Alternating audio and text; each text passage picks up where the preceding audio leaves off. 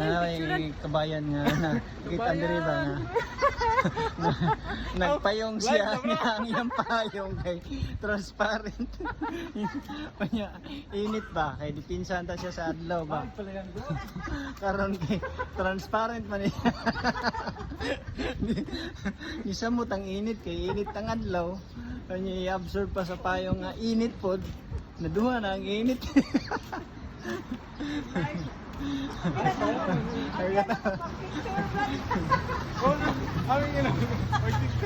Ang karing usa kay kuan okay yung payong kay kuan kanang shaded ba ito mangkini kay transparent lusot ra gyapon init murag ang di man pud ni siya ultraviolet rays na payong so lusot gyapon ni sa iyahatan.